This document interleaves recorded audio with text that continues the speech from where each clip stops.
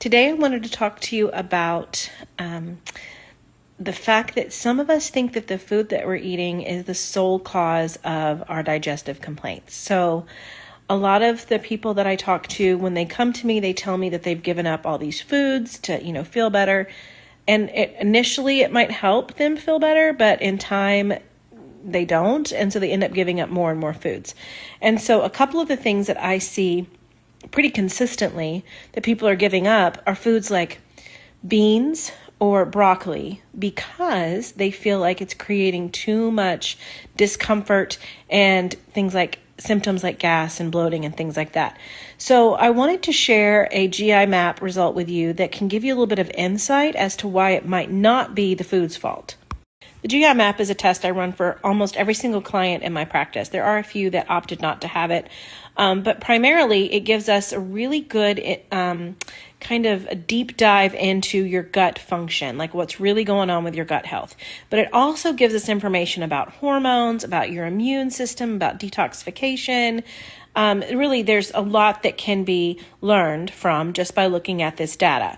So I'm going to share a screenshot of one of my clients' GI maps with you and go over a couple of the pieces that indicate not only why they're having these symptoms, but what that means kind of overall to them. So for this particular screenshot that I'm showing you, it's from one of the pages of the GI map that covers the opportunistic microbes that can be in your gut.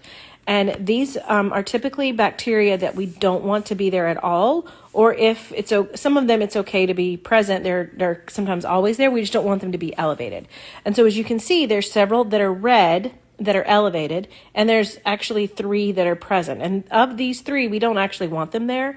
The fact that they're present tells us that there's something going on. So just by looking at this one section of her GI map, we can see some of the root causes to her symptoms. Now, she was attributing these symptoms to certain foods. So the symptoms are gas, bloating, and pain. And she was attributing them to eating foods, specifically broccoli and beans. Now, yes, those foods are often known to be difficult to digest and cause these symptoms, but that's not the main driver here.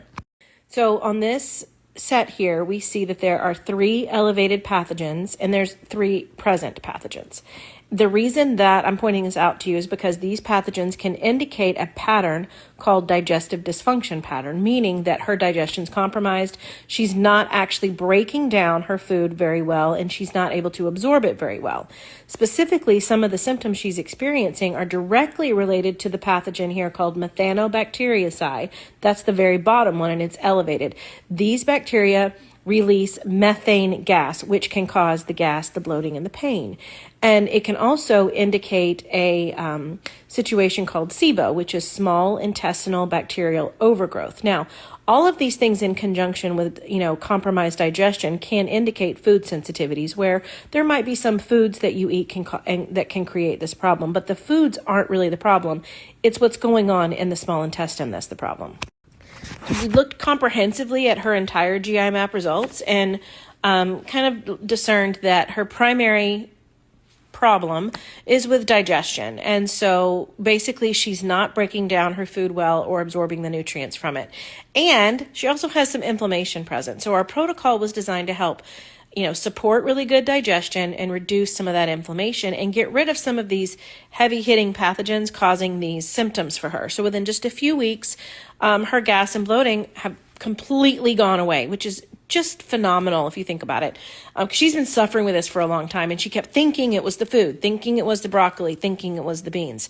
So we got her through the first part of the protocol. We did a retest. Those numbers have come way down, along with the reduction in symptoms. She brought back the broccoli and has had 0 problems with it.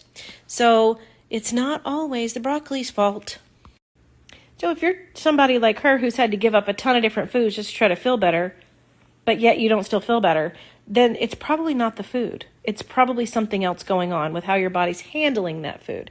And that's where a test like this GI map comes in and is so very helpful. In fact, it's like the most crucial lab that I run in my entire practice. It gives us so much information, and people get so much help just from learning this and taking the steps to kind of correct what we see here. So I'm going to put a link up if you'd like to know more about the GI map, you can click this link and fill out this little form, and I'll contact you and we can chat about it. So just know that it's not actually normal to feel this way. It's just common. You don't have to suffer. Your gut doesn't have to suffer. And if you're someone that's struggling with gut issues, this is a great test to figure out what's really going on.